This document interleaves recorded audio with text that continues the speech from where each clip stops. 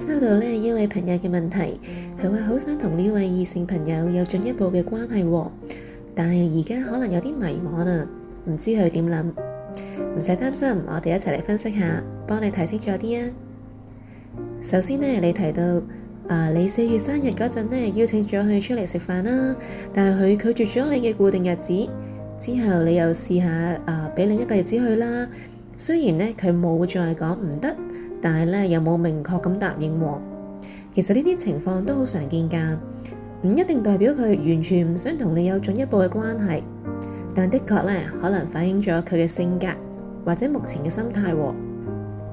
喺指紋性格分析嘅角度呢，佢嘅行為可能同佢嘅性格特質有關㗎喎。例如咧，如果佢係一個比較需要時間去建立信任嘅人，好似風嘅指紋咁，佢傾向呢謹慎同保護自己嘅喎。佢可能呢唔係即刻好 open 去接受邀請，尤其係同一個仲未好熟嘅人。你提到呢，佢冇再 say no， 呢個其實呢可以係一個小小嘅正面信號嚟嘅喎，顯示佢呢可能冇完全抗拒同你接觸。只係呢，佢可能有自己嘅考量，例如工作忙啦，個心情未 ready 啦，或者呢，佢仲係觀察你嘅階段，呢啲都好正常啦，因為每個人嘅節奏同埋 comfort zone 都唔同㗎嘛。至於你問呢，係唔係佢唔想再同我有進一步嘅關係，我就覺得而家呢，下結論呢就仲係早一啲。拒絕一次約會呢，唔等於完全冇興趣㗎，可能呢，只係個 timing 未到，或者呢，佢都需要多啲安全感同埋了解。你可以試下呢，從佢嘅性格入手㗎喎，例如佢係唔係一個好重視學識，或者好鍾意有共同話題嘅人，好似彩虹指紋嘅人咁，會好 care 呢對方有冇內涵啦，大家嘅頻道呢係咪 connect 得到㗎？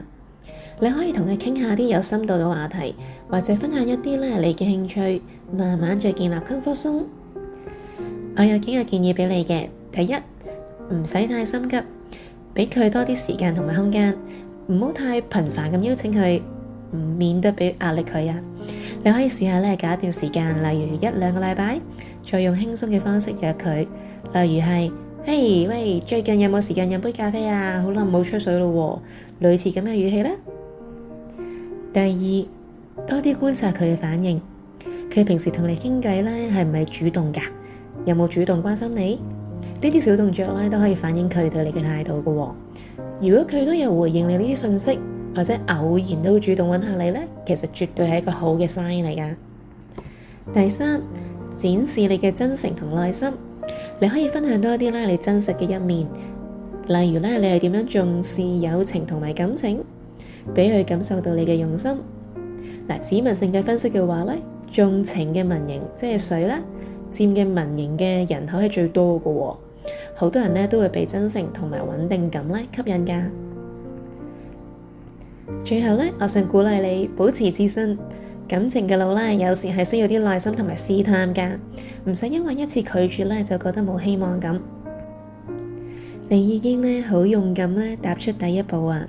繼續做真實嘅自己，總會遇到呢同你合拍嘅人㗎。